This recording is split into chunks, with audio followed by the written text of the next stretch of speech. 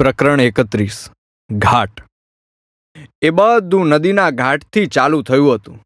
15-16 વર્ષથી ચાલુ હતું. એ ઘાટ પર નાની મોટી 20-25 સ્ત્રીઓ હોય. દરેકે લાજ કાઢી હોય.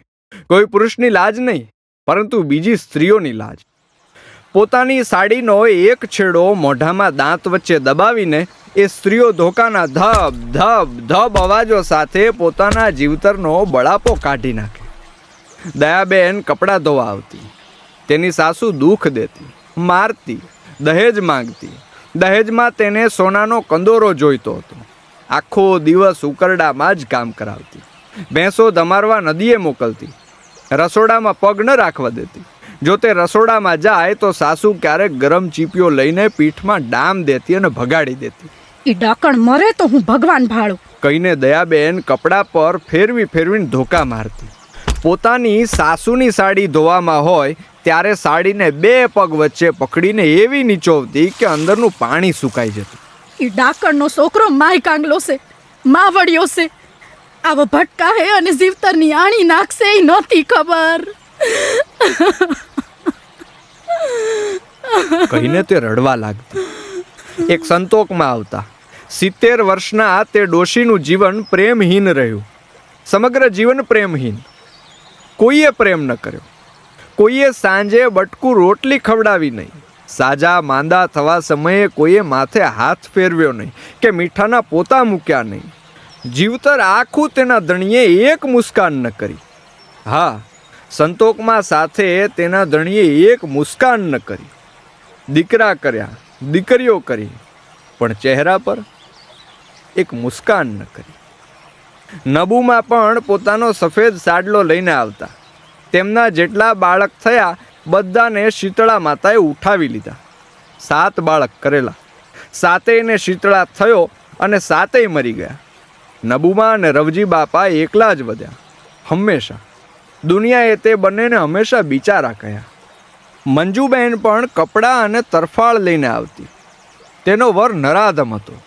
લાકડીથી મારતો, દેશી દારૂ પીતો અને આખો દિવસ ગામના શેઠ લોકોના પગ દાબતો. અંગ્રેજ માણસો ગામમાં લગાન લેવા આવે કે કોઈ ચોર લૂંટારાની ભાળ મેળવવા આવે તો મંજુનો વર ફૂટી જતો. બાતમીઓ આપતો અને બદલામાં દારૂ કે તમાકુ માંગતો. ઘરે આવીને મંજુને મારતો. આ ઘાટ દુઃખ સુખનો ઘાટ હતો. અહીં સ્ત્રીઓ ભેગી થતી, કપડાં ધોતી, નહાતી, રડતી, ગીતો ગાતી અને એકબીજા સાથે ઝઘડતી. કોઈની સાસુ કડવી, કોઈનો વર નરાધમ, કોઈનો દીકરો દાનવ તો કોઈનું આખું કુટુંબ શેતાની. કોઈને કોમ કનડે, કોઈને જ્ઞાતિ, કોઈને ગામના શેઠ પજવે તો કોઈને સગો ધણી. આ બધા દુઃખ દર્દથી વધુ પીડા આપે એવું એક તત્વ કેટલી સ્ત્રીઓમાં ઘૂસી ગયું હતું. નિંદા. ઘોર કડવા શબ્દોમાં પારકી સાવકી નિંદા. શબ્દોના બાણ. આ ઘાટના પાણીમાં રોજ સવારે શબ્દોના સમુદ્ર મંથન થતા અને હંમેશા ઝેર જ નીકળતા. અને એ ઝેર ભોળી ભોળાનાથ જેવી રામબાઈને પોતાને ગળે ઉતારવાના હતા. એ તો લગ્ન કરીને આવી ત્યારથી ઘાટ પર થતું બધું જ જોઈ રહી હતી.